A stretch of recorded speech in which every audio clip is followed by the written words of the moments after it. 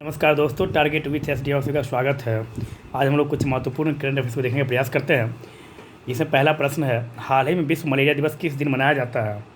तो विश्व मलेरिया दिवस प्रत्येक वर्ष 25 अप्रैल को मनाया जाता है और 24 अप्रैल को प्रत्येक वर्ष राष्ट्रीय पंचायती राज दिवस मनाया जाता है। 73 अमेंडमेंट 1992 और 1993 मतलब 73वां संविधान संशोधन 1992-93 के तहत संविधान में 11वीं अनुसूची जोड़कर पंचायतों को कुल 29 सब्जेक्ट पर काम करने के लिए दिया गया, जिसके तहत पंचायतों को पंचायत के अंतर्गत लाइटिंग व्यवस्था, सड़क की साफ़ सफाई, नालों की सफाई करना, प्रत्येक घर पानी पहुंचाना, बिजली पहुंचाना, रेहड़ी रोकड़ी जो बेचते, तो इन सबों से टैक्स वसूलने का भी कार्य जो है यह पंचायत का कार्य होता है। यह राजीव गांधी के द्वारा दिया गया है। यह 65th अमेंडमेंट और 64 अमेंडमेंट के द्वारा यह लाया गया था पहली बार, लेकिन लोकसभा का विघटन हो जाने के कारण इस बिल को यह बिल स्थगित हो गया था, मतलब कि यह भी खत्म हो गया, समाप्त हो गया था। क्योंकि संविधान में ऐसा प्रावधान है, यदि कोई प्रस्ताव, कोई विधेयक यदि लोकसभा में बहस पर हो और लोकसभा का विघटन हो जाए तो वह प्रस्ताव भी समाप्त हो जाता है। लेकिन यदि वही प्रस्ताव चर्चा में राज्यसभा पर चल रहा हो या राज्यसभा से पारित हो गया हो और सदन का जो सत्र है वो समाप्त हो जाए तो वह प्रस्ताव समाप्त नहीं होगा।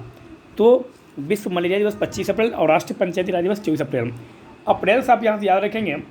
विश्व स्वास्थ्य दिवस 7 अप्रैल और विश्व हीमोफीलिया दिवस प्रत्येक वर्ष 17 अप्रैल को मनाया जाता है। विश्व स्वास्थ्य दिवस 7 अप्रैल को क्यों मनाया जाता है? तो वर्ल्ड हेल्थ ऑर्गेनाइजेशन WHO की स्थापना 7 अप्रैल 1948 ईस्वी को हुआ था। इस कारण से प्रत्येक वर्ष 7 अप्रैल को ही विश्व स्वास्थ्य दिवस मनाया जाता है पूरी वर्ल्ड में। चलिए चलते हैं नेक्स्ट प्रश्न की ओर। फिर यदि यहाँ से आपसे पूछे कि विश्व मलेरिया दिवस का थीम क्या था इस वर्ष, तो reaching the zero malaria target. इस दिवस की शुरुआत विश्व स्वास्थ्य संगठन के द्वारा वर्ष 2007 में किया गया था और WHO का पूरा नाम क्या था? तो वर्ल्ड हेल्थ ऑर्गेनाइजेशन। इसके स्थापना कब हुई? 7 अप्रैल 1948 को। WHO का हेडक्वार्टर कहाँ है? तो जेनेवा, स्विट्जरलैंड। स्विट्जरलैंड की राजधानी कहाँ है? तो बर्न। मुद्रा क्या है इसका? फ्रैंक। और टेड्रोस एधनोम WHO के अध्यक्ष कौन है, प्रेसिडेंट कौन है WHO के? तो टेड्रोस एधनोम। यहाँ से भी करंट अफेयर्स आपसे पूछता है। तो जितना बताया गया है यह सभी का सभी आपके एग्जाम में एक एक प्रश्न बनता है। यहाँ से चलते हैं नेक्स्ट प्रश्न की ओर। 93वें एकेडमी अवार्ड्स ऑस्कर 2021 की घोषणा की गई है। इस अवार्ड के तहत सर्वश्रेष्ठ फिल्म का अवार्ड किसे दिया गया है? यह अत्यधिक पूछा जाने वाला यह अवार्ड है। यह तो नोमाडलैंड सर्वश्रेष्ठ फिल्म। सर्वश्रेष्ठ डायरेक्टर तो चोलियो जाओ को फॉर द फिल्म नोमाडलैंड। सबसे अभिनेता एंथोनी हॉपकिंस को दिया गया for the film the father के लिए। और सर्वश्रेष्ठ अभिनेत्री फ्रांसेस मैकडोरमांड को यह अवार्ड दिया गया है। इसके अलावा आपसे इसमें और कुछ नहीं पूछता है, तो अधिकांश आपसे पूछा था कि सर्वश्रेष्ठ फिल्म कौन सा था। चलते हैं नेक्स्ट प्रश्न की ओर। हाल ही में किन दो देशों के बीच नौसेना अभ्यास वरुण 2021 का शुरुआत किया गया? तो भारत और फ्रांस के बीच संयुक्त सेना अभ्यास वरुण। या आपसे यहाँ से प्रश्न पूछा जा सकता है कि वरुण किन दो देशों के बीच संयुक्त सेना अभ्यास है? तो भारत और फ्रांस के बीच। फिर यहाँ से प्रश्न पूछा जा सकता है कि वरुण जो संयुक्त सेना अभ्यास है यह किन सेनाओं के बीच? नौसेना, थल सेना, जल सेना। तो आप यहाँ पर क्लिक करोगे, नौसेना के बीच भारत और फ्रांस के बीच होने वाला है। इस अभ्यास का आयोजन अरब सागर में 25 से 27 अप्रैल 2021 तक किया गया। नेक्स्ट, हाल ही में विश्व बौद्धिक संपदा दिवस किस दिन मनाया गया? तो प्रत्येक वर्ष विश्व बौद्धिक संपदा दिवस 26 अप्रैल को मनाया जाता है। इसका थीम क्या था? तो intellectual property and small business taking big ideas to market. और वर्ल्ड इंटेलेक्चुअल प्रॉपर्टी ऑर्गेनाइजेशन, जिसका शॉर्ट नाम होता है WIPO, WIPO। क्या होता है? WIPO, world intellectual property organization. इसकी स्थापना 1967 में हुआ था और इसका हेडक्वार्टर कहाँ? तो इसका भी हेडक्वार्टर जेनेवा, स्विट्जरलैंड में स्थित है। नेक्स्ट, कोविड-19 मतलब कोरोना के संक्रमण के दौरान देश में ऑक्सीजन की समयबद्ध पूर्ति के लिए भारतीय रेलवे ने कौन सी ट्रेन चलाई है? जलाई नहीं, यहाँ पर चलाई होगा। कौन सी ट्रेन चलाई है? तो कोविड महामारी के दरमियान अभी आप देख रहे हैं पूरा वर्ल्ड में सबसे अधिक ग्रसित कोविड-0.2 के जो दौरान है, इसके तहत सबसे अधिक ग्रसित देशों की सूची में भारत आता है। भारत में भी कोरोना की दयनीय स्थिति बनी हुई है, खास करके महाराष्ट्र, उत्तर प्रदेश, दिल्ली, राजस्थान, मध्य प्रदेश, कर्नाटका, बिहार, लगभग 13-14 राज्य ऐसे हैं जो बुरी तरह से कोरोना से प्रभावित राज्यों की सूची में आते हैं और इससे आम जनों की इतनी क्षति हुई है जो आप कभी देखिएगा न्यूज़ तो आपका रूह कांप जाएगा। इतना डिफ़िकल्ट यह अभी का समय भारत के लिए चल रहा है। तो कोरोना महामारी भारत को अभी सेकेंड राउंड में बर्बादी की ओर ले जा रहा है। आप देखिए कहीं पर ऑक्सीजन की कमी है तो कहीं पर वैक्सीन की कमी है। मतलब अनेक प्रकार के परेशानियों से यहाँ की आम जनता जूझ रहे हैं। फिर भी आप देखिएगा यहाँ के राजनीतिक पार्टियों को मद्रास हाईकोर्ट तो यहाँ तक बोला है, मद्रास हाईकोर्ट के द्वारा यहाँ तक कहा गया है कि ये जो कोरोना महामारी जो सेकेंड राउंड आया है इसमें फैलाने के लिए, इस बीमारी को इतना फैलाने का असल जिम्मेवार जो है वह चुनाव आयोग है। ऐसा नहीं कि मद्रास हाईकोर्ट बेतुका बयान दिया है, हाईकोर्ट द्वारा दिया गया बयान कहीं ना कहीं तथ्यात्मक भी है।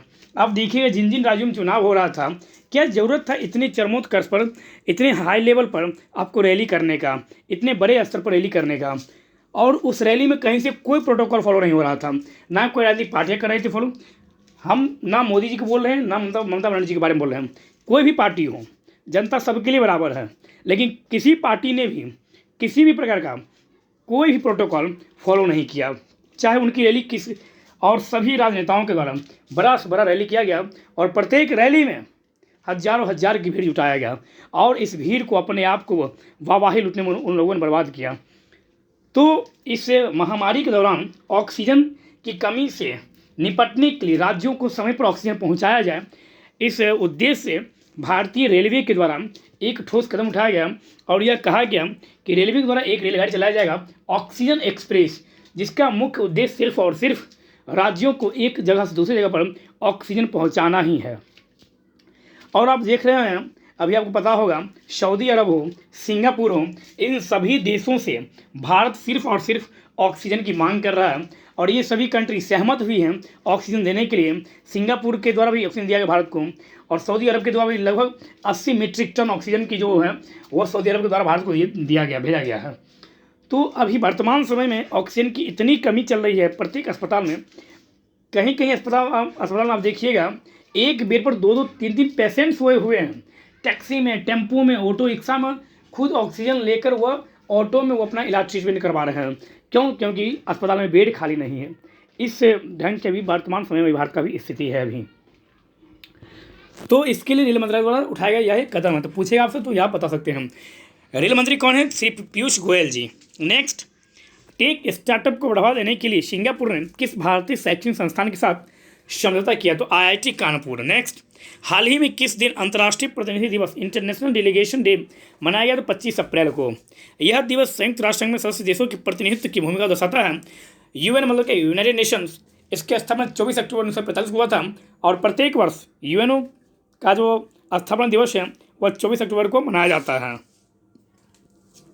इसका हेडक्वार्टर कहाँ है? तो इसका हेडक्वार्टर न्यूयॉर्क हडसन नदी के तट पर स्थित है और इसके सेक्रेटरी जनरल कौन, महासचिव कौन है? तो एंटोनियो गुतरेश इसके महासचिव है। नेक्स्ट, जाने माने शास्त्रीय संगीत गायक का हाल ही में निधन हो गया, उनका क्या नाम है? तो पंडित राजन मिश्रा जी का निधन हो गया। किस राज्य सरकार ने विद्यार्थियों और बेरोजगारों को कौशल विकास प्रशिक्षण देने के लिए माइक्रोसॉफ्ट के साथ समझौता किया है? तो आंध्र प्रदेश सरकार द्वारा माइक्रोसॉफ्ट के CEO कौन हैं?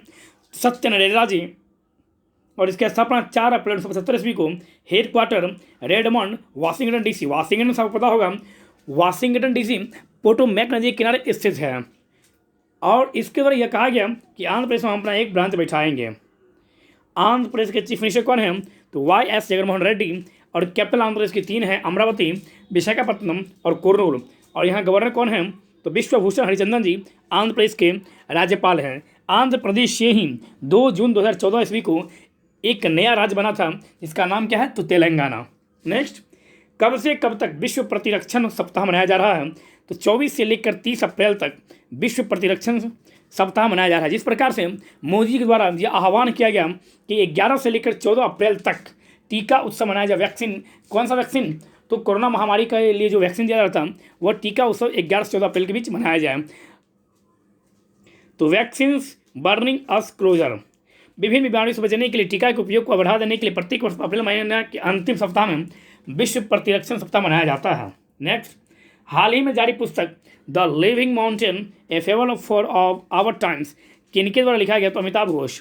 अमिताभ घोष ज्ञानपीठ पुरस्कार सम्मानित, साहित्य अकादमी अवार्ड सम्मानित, पद्म श्री पुरस्कार सम्मानित एक प्रतिष्ठित व्यक्ति हैं। नेक्स्ट, विश्व टेबल टेनिस चैंपियनशिप 2021 का आयोजन कहाँ किया जाएगा? ह्यूस्टन, अमेरिका में। एक्सिस बैंक की सहयोगी कंपनी एक्सिस डायरेक्ट ने स्टॉक मार्केट में इन्वेस्ट करने के लिए कौन सी मोबाइल एप्लीकेशन लॉन्च किया है? तो एक्सिस डायरेक्ट रिंग।